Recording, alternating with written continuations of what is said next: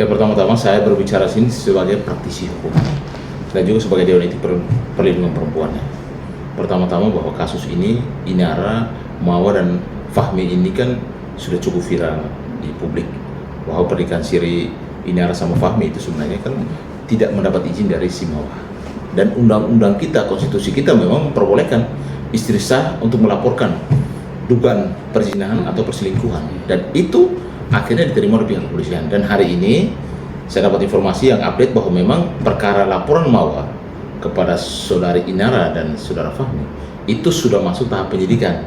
Ingat, ketika perkara sudah naik tahap penyidikan, itu polisi sebenarnya sudah punya alat bukti bahwa kasus itu layak untuk dilanjutkan untuk menetapkan tersangka. Tinggal nanti pemeriksaan lagi ya. Makanya di dalam pidana itu kan ada alat bukti yang harus ada, seperti contoh ada saksi, ya pasti ada petunjuk, ada juga dokumen atau bukti-bukti surat, ada juga di situ adalah keterangan daripada ahli. Kalau soal keterangan daripada terlapor, tersangka itu nilainya 0. Mau dia ngomong apa terserah dia lah.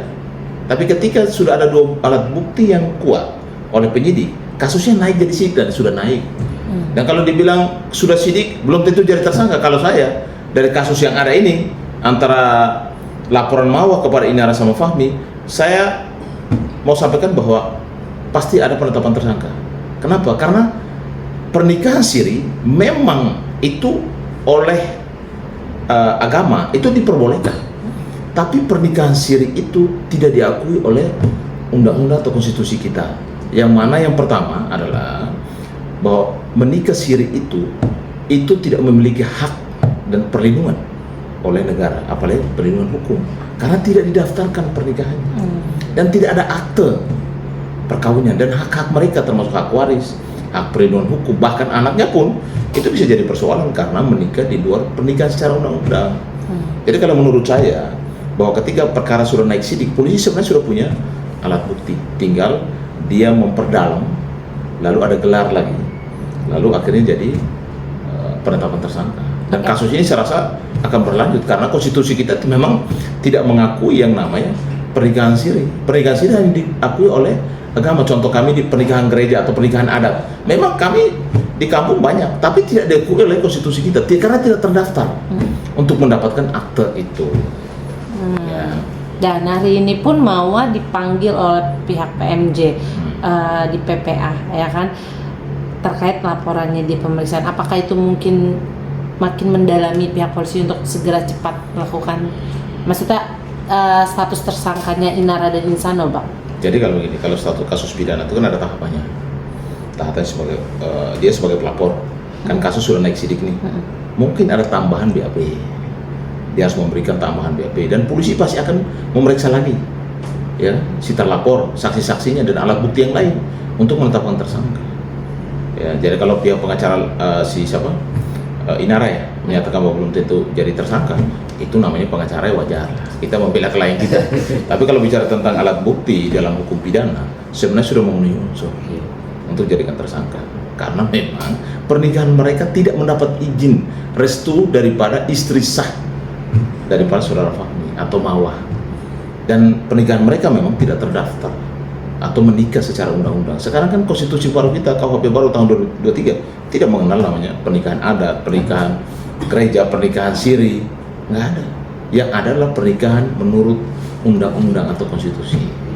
Oke, Bang, ini kan semakin melebar ya, Bang, semakin saling menyindir antara pihak Inara, Insano, bahkan Mawa juga membawa-bawa orang luar juga kan, dalam artian laporan Inara juga di Bareskrim terkait CCTV juga lagi berjalan, saling kejar-kejaran. Ini mungkin Abang tanggapan seperti apa? Kan mungkin dari pihak Inara juga, kuasa hukumnya juga begitu.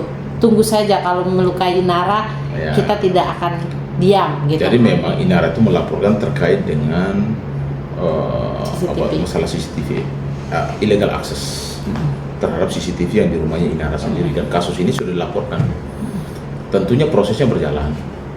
Kalau soal kasus dugaan perzinahan atau perselingkuhan, ancaman hukumannya kan 1 tahun 2 bulan. Tapi kalau soal illegal access itu ancaman hukumannya di atas 5 tahun.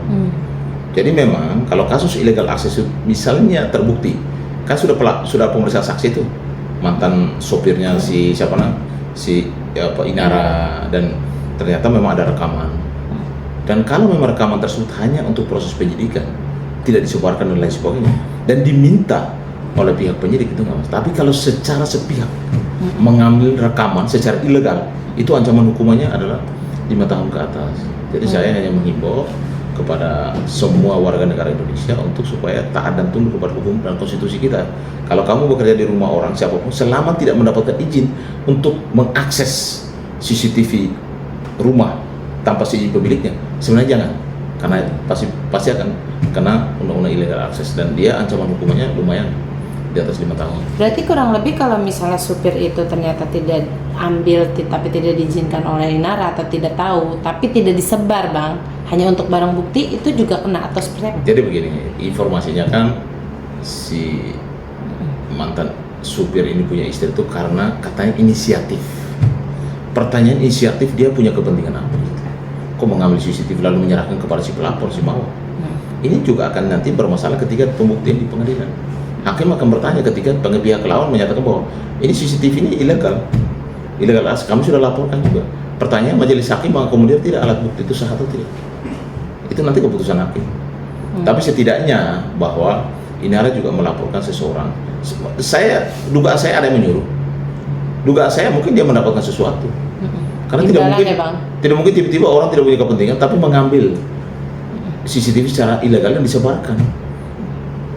Contoh, kalau usaha inisiatif sendiri, ya kecuali kau punya persoalan, kau kan tidak masuk dalam ranah urusan privasi antara Mawar dan juga Fahmi dan Inara. Kenapa kamu yang membawa alat bukti tersebut? Jadi menurut saya pihak kepolisian untuk mendalami siapa aktor intelektual di balik layar untuk kasus illegal access. Bang, ini kan juga udah saling menyindir antara Inara. Kalau Mawar tidak akan bisa seterkenal inilah sekarang kalau tidak ada nama-nama Inara dan Insanul.